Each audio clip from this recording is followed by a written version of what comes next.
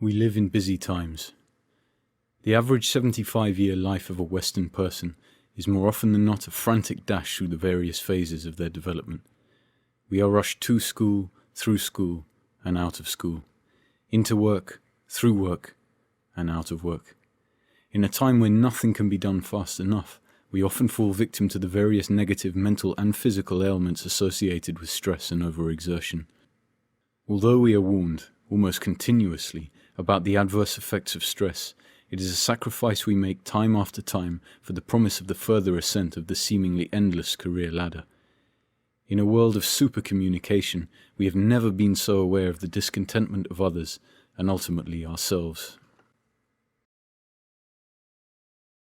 The mind is so pressured by the expectations of our society that many are turning to the methods of the old world, the world that was here before the industry, the population booms, the cities and the motorways, for quiet counsel and a perspective in these busy times. The old world does not mean a world lost in history. It means the wise world, which was here before us and will be here after us. It watches as we rush around. It waits, calmly observing. It welcomes with utmost hospitality into its property and provides unending inspiration for its guests. It heals without condition or fee and watches as we return to our rush, relieved of our pain. It is the great memory of the human machine and the manuals and tools for its maintenance. The operations for a harmonious balance between body and mind removed from our culture with surgical precision centuries ago. The product of endless years of discovery through trial and error and both internal and external observation. The physicians of old were retainers of health rather than treaters of illness. But in our society, where all ailments are treatable and most curable, the need for the everyday maintenance of our bodies has significantly lessened. We seem to medicate the life of computer screens and office stalls with frantic visits to crowded gymnasiums, satisfied by the brief rush of endorphins and perceived appearance of weight loss and tone. But when the prescription does not work as well as it used to, and we find ourselves stuck for an answer, it is the old world that speaks first. It shows us the blueprints for our bodies and maps of our minds. It explains the circulation of our intrinsic energy and exposes the hundreds of acupoints discovered over centuries of painstaking observance.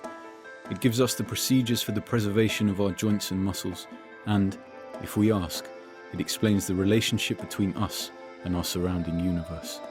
It explains that many pharmaceutical drugs used today are derived from the ingredients used by the healers of the old world, and most importantly, it emphasizes the need for a meditative and positive mind. There are many examples, from the yogic systems of India to the silent techniques of Buddhist meditation. This is one, developed over 1500 years within the sleeping walls of a Buddhist temple, nesting in the forest at the foot of Mount Song in the province of Henan, China. It is a system of movements, some slow, some fast, some used to heal and some to hurt, practiced daily by many of the temple's monks and thousands across the world. This video shows a tiny example of the thousands of movements incorporated into the Shaolin arts, demonstrated by Master Yan Xin, a former Shaolin monk now teaching in Bristol, UK.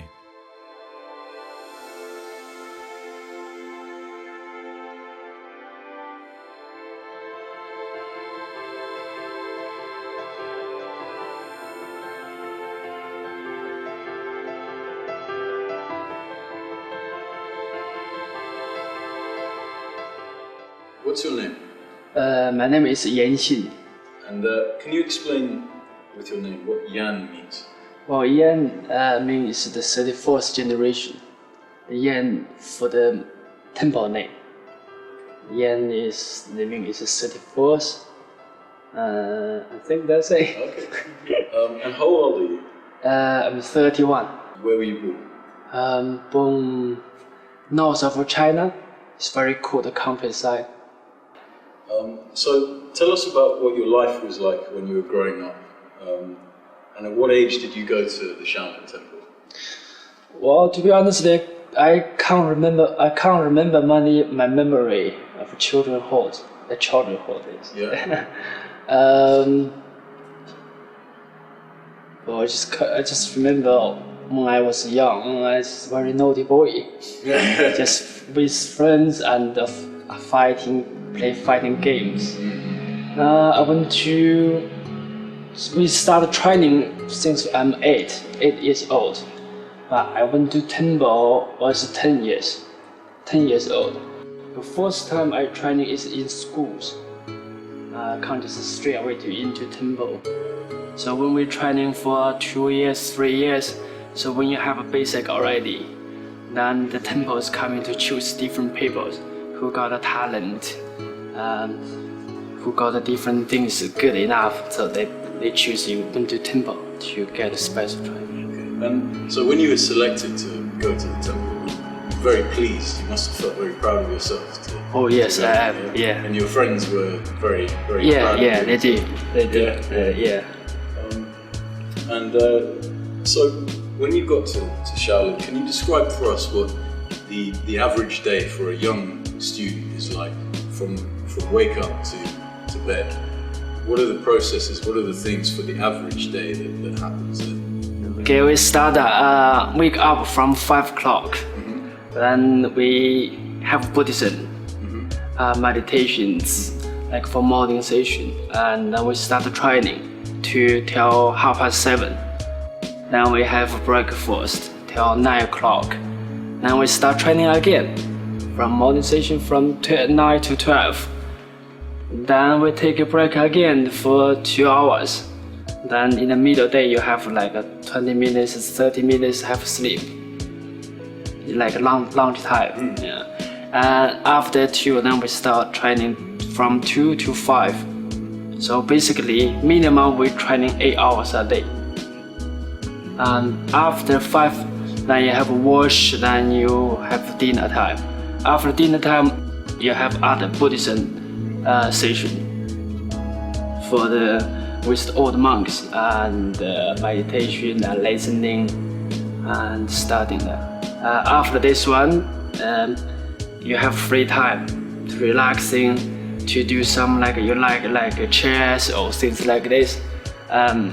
But because we are monk, Kung Fu monk, so we more prefer to training more.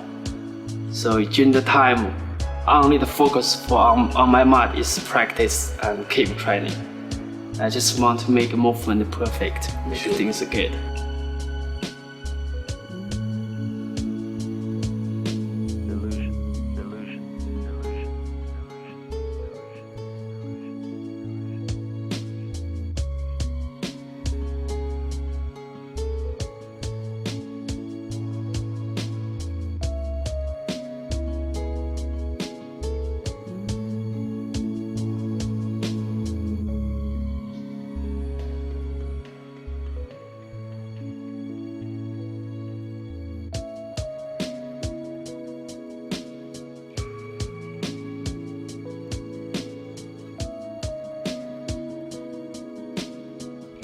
So for how many years did you stay in the Shaolin temple? Oh, in the temple, I think about 12 or 13 years.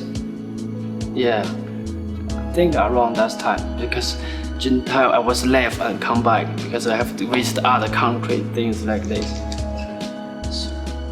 And at what stage did you become a master? You're a master of Shaolin. Yeah. And so at what age did you become a master? I remember that year was 19 years old. The one day suddenly my master said, okay, now you're good enough, and now have little monks. Now you're going to teach them and to lead the team, with the Kung Fu monks team. So if the master not there, you can working like a captain, things like that. So work together, make all the brothers training and warm up, things like this. Then since that I start teaching new monk or the young monks.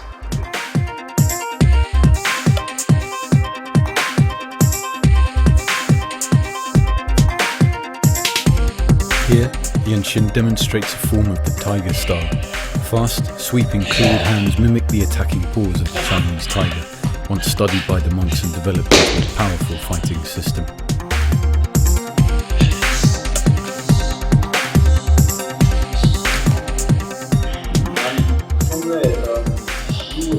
the Shaolin Wheel of Life.